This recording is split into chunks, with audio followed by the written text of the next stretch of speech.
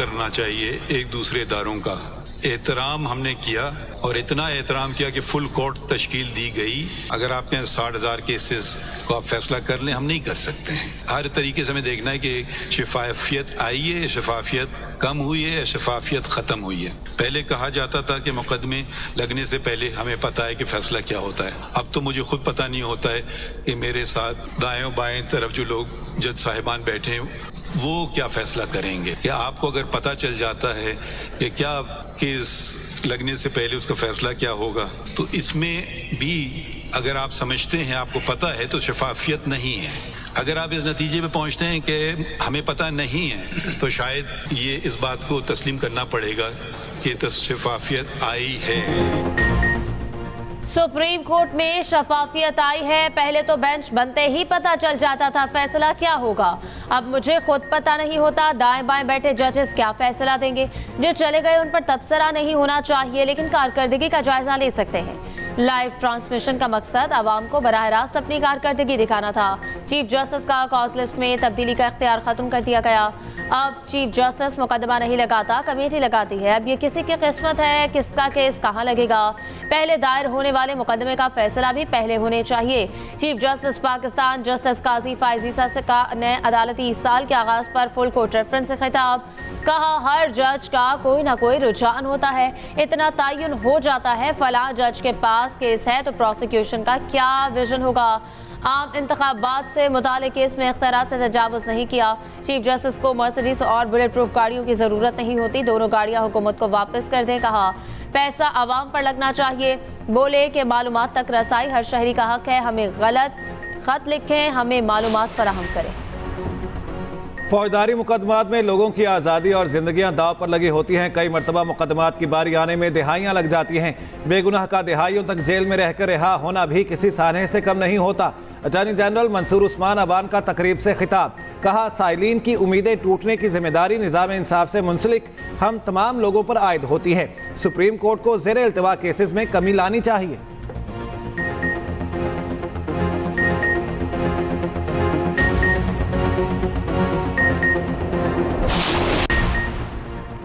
हुकूमत की रवा हफ्ते अहम कानून साजी की तैयारी। वज़ीर आज़म ने आज इत्तेहादियों को इशाइये पर बुला लिया। शहबाज शरीफ माशी सूरत हाल और मुजव्वज़ा कानून साजी पर एतमाद में लेंगे। हुकूमत में शामिल तमाम इत्तेहादी जमातों के अरकान को दावत। JUI-FA को भी शिरकत की दावत। JUI-FA ने अभी तक शिरकत करने या ना करने का फैसला नहीं किया। दूसरी जानिब वज़ीर आज़म शहबाज शरीफ से chairperson CM directorate Babar Alauddin की मुलाकात। पंजाब के मुख्तलिफ महकमों और असलाह की कारकर्दगी पर ब्रीफिंग।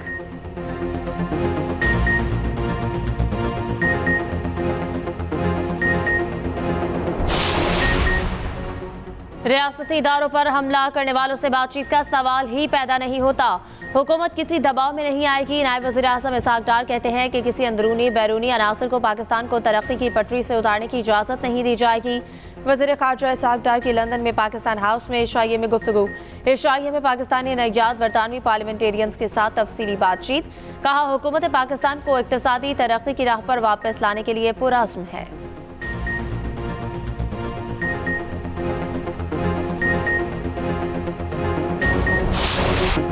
वज़ीर आला KP का बानी PTI की रिहाई के लिए 15 रोज का अल्टीमेटम। इस्लामाबाद में जलसे से खिताब में कहा, बानी PTI के केसेस खत्म हो चुके, 15 रोज में कानूनी तौर पर रिहा ना किया तो खुद रिहा कराएंगे। बोले, तहरीक की क़यादत खुद करूंगा, पहली गोली खुद खाऊंगा। चेयरमैन PTI बैरिस्टर गौहर ने कहा, बानी PTI के खिलाफ नया केस बनाना कबूल नहीं। इक़्तिदार में बैठे लोग हालात को बंद गली में ना ले जाएं। महमूद अचकज़ई का 15 रोज में सियासी कैदियों की रिहाई का मुतालिबा। बोले, सियासी कैदियों को रिहा ना किया गया तो हर जिले में तहरीक चलाई जाए।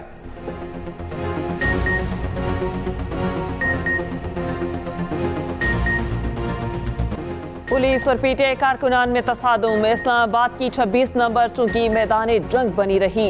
रूट की खिलाफ वर्जी करके आने वाले शुरका का पुलिस पर शदीद पथराव। SSP समेत सेफ सिटी और मुतादिद पुलिस एहलकार जख्मी। पुलिस की जानिब से जवाबी शेलिंग। वफाकी वज़ीर दाखिला मोहसिन नकवी के नोटिस। IG इस्लामाबाद से रिपोर्ट तलब। वज़ीर दाखिला का जख्मी SSP से टेलीफोनिक राबता।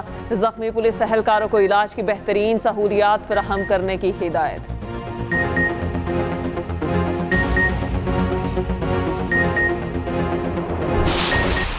पाकिस्तान से निकलने वालों से इस्लामाबाद की एक राउंड भी भरी ना गई। क्या बेहतरीन बढ़के थी।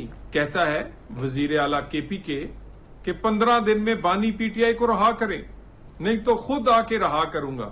15 दिन बाद ये तो हो सकता है कि तुम भी अडियाला हो, ये नहीं हो सकता कि बानी पीटीआई अडियाला से पेशावर हो। गोली खाऊंगा पहली सीने पे। गोलियां गैरतमंद खाते हैं, आप जरूरतमंद हैं। पाकिस्तान में सियासी इस्तेकाम के लिए कानून साजी करेंगे, डंके की चोट पे करेंगे। जिसका शोर था वो तमाशा कल खत्म हुआ। मुस्लिम लीग नून के सेनेटर तलाल चौधरी की पीटीआई पर चढ़ाई। कहा जलसे में सिर्फ बढ़के ही बढ़के थी। वजीर आला केपी ने कहा 15 दिन बाद बानी को रिहा करवाऊंगा। हो सकता है 15 दिन बाद आप खुद अडियाला जेल में हो। पुलिस पर हमले का मास्टरमाइंड जेल होकर गिरफ्तार हो जाएगा। गोलियां गैरतमंद खाते हैं, जरूरतमंद नहीं। शोबदाबाजी और ड्रामेबाजी से तहरीकें नहीं चलती। सियासी इस्तेहकाम के लिए डंके की चोट पर कानून साजी करेंगे। एनआरओ मिलेगा, ना ही गुनाहों की माफी।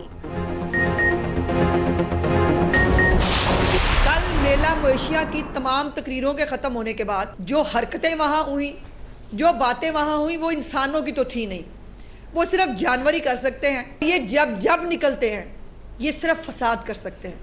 ये जब निकलते हैं ये जलाओ घेराव कर सकते हैं। और इनके खमीर में शायद अब ये शामिल हो गया है कि इनसे इंसानों वाली कोई बात, इनसे कोई तहजीब की बात, इनसे कोई अमन अमान की बात आप एक्सपेक्ट नहीं कर सकते। वज़ीर इत्तलात पंजाब अज़मा बुखारी ने पीटीआई को फितना गैंग करार दे दिया। न्यूज़ कॉन्फ्रेंस में बोली फितना गैंग पाकिस्तान का अमन तबाह करने की साजिशों में मसरूफ है। अली अमीन गंडापुर ने गंदी जुबान इस्तेमाल करके लाइन उबूर की, लश्कर कशी की धमकी दी। जलसे में बुलवाइयों ने अपनी असलियत जाहिर कर दी। मेला मवेशिया में तमाम तकरीरें ख़त्म होने के बाद इनकी ज़हनियत सामने आ गई। अब इनसे इन्हीं की जुबान में बात की जाएगी।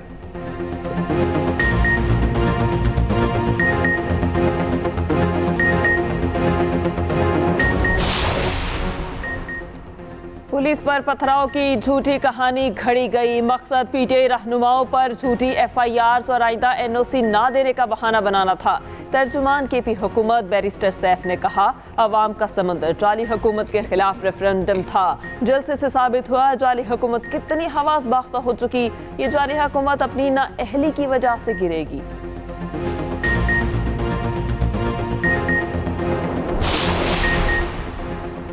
नए तोशाखाना रेफरेंस में दरख्वास्त जमानत पर आज फिर समात अडियाला जेल में होगी। बानी पीटीआई और बुशरा बीबी को अदालत पेश किया जाएगा। नया तोशाखाना रेफरेंस नैब अदालत नंबर 2 को मुंतकिल हुआ था।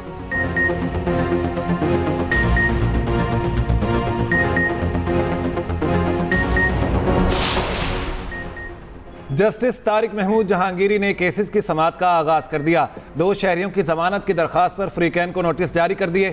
कराची यूनिवर्सिटी की सिंडिकेट कमेटी ने जस्टिस तारिक महमूद जहांगीरी की डिग्री मनसूख कर दी थी। सिंध हाई कोर्ट ने कराची यूनिवर्सिटी सिंडिकेट कमेटी के ऑर्डर को मुअत्तल कर दिया था।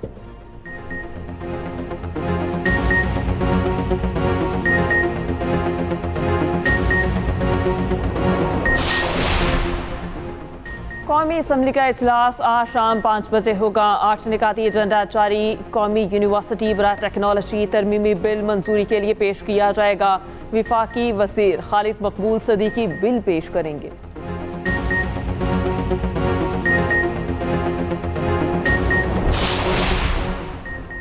अफगान सरजमीन एक बार फिर पाकिस्तान में दहशतगर्दी के लिए इस्तेमाल। अफगान तालिबान की पाक अफगान सरहद पर बिला इश्तिहाल जारहत। पाक फौज की भरपूर जवाबी कार्रवाई। 8 अफगान तालिबान हलाक, 16 जख्मी हो गए। हलाक होने वालों में 2 अहम कमांडर सलील और जान मोहम्मद भी शामिल। 7 सितंबर की सुबह अफगान तालिबान ने पाकिस्तानी चेक पोस्ट को निशाना बनाया।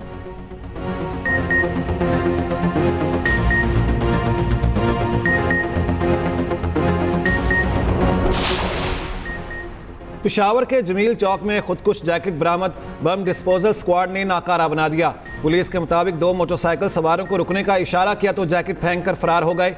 जैकेट में 6 से 7 किलोग्राम बारूदी मवाद था।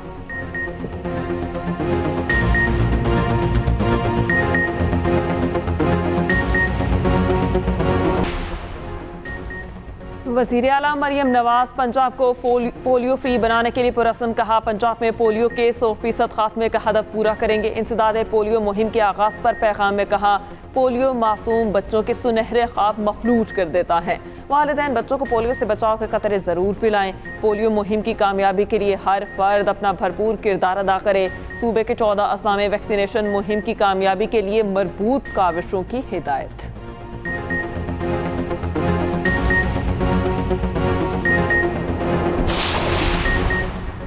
तीफी भट्ट के बहनोई जावेद भट्ट के कत्ल केस में पेश रफ्त एक मुबैना मोटरसाइकिल सवार शूटर की तस्वीर सामने आ गई। मोटरसाइकिल सवार को मॉल रोड समेत मुख्तलिफ शाहराहों से गुजरते हुए देखा जा सकता है। सेफ सिटी फुटेजेस की मदद से 60 मोटरसाइकिल शॉर्टलिस्ट की गई।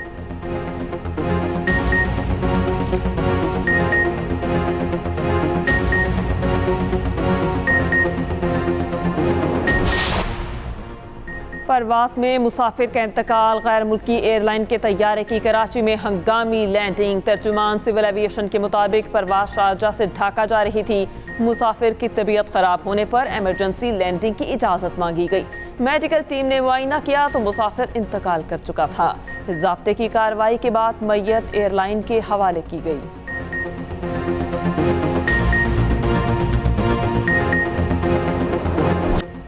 गाजा में इसराइल की बदतरीन बमबारी जारी। शहरी दिफा के डिप्टी डायरेक्टर अहले खाना समेत शहीद सहूनी फौज ने इनके घर को टारगेट करके निशाना बनाया। इसराइली हमलों से इलाके में मोबाइल और इंटरनेट सर्विस बंद। गाजा में नया तालीमी साल शुरू। 6,30,000 फलस्तीनी बच्चे दूसरे साल भी तालीम से महरूम। मगरबी किनारे के तुलकरम कैंप में झड़पें। नौसरात पर इसराइली हमले में 3 फलस्तीनी शहीद।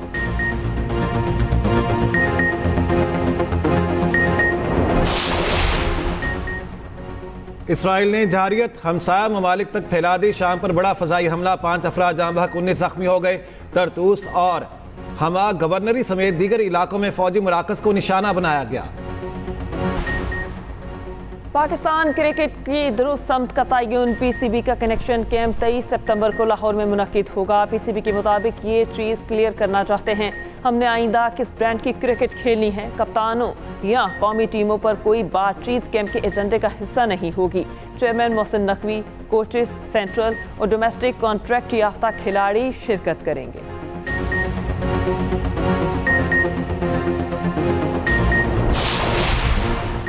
चेयरमैन पीसीबी मोहसिन नकवी की फैसलाबाद आमद। मोहसिन नकवी का इकबाल स्टेडियम का दौरा, नेशनल चैंपियनशिप के इंतजामात पर ब्रीफिंग ली। मोहसिन नकवी की मिसबाउल हक से मुलाकात, डोमेस्टिक क्रिकेट चैंपियंस कप और दीगर उमूर पर बातचीत।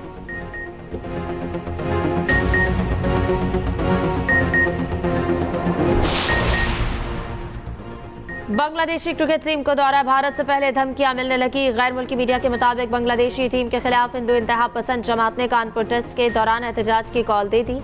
इंतहा पसंदों का कहना है कि टेस्ट क्या T20 भी नहीं खेलने देंगे।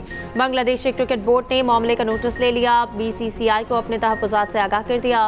मैच कानपुर से इंदौर मुंतकिल होने का इम्कान। बांग्लादेश और भारत में पहला टेस्ट 19 सितंबर से शुरू होगा।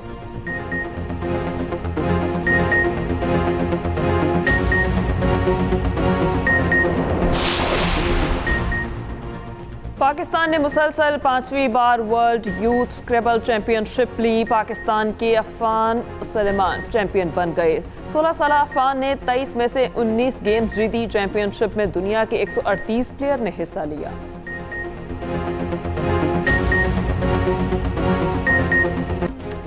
नाइजीरिया में ऑयल टैंकर में धमाका, 48 अफराद हलाक और कई जख्मी। ऑयल टैंकर मुसाफिरों और मवेशियों से भरे ट्रक से टकराकर फट गया। ट्रक समेत दीगर गाड़ियों को आग लगी।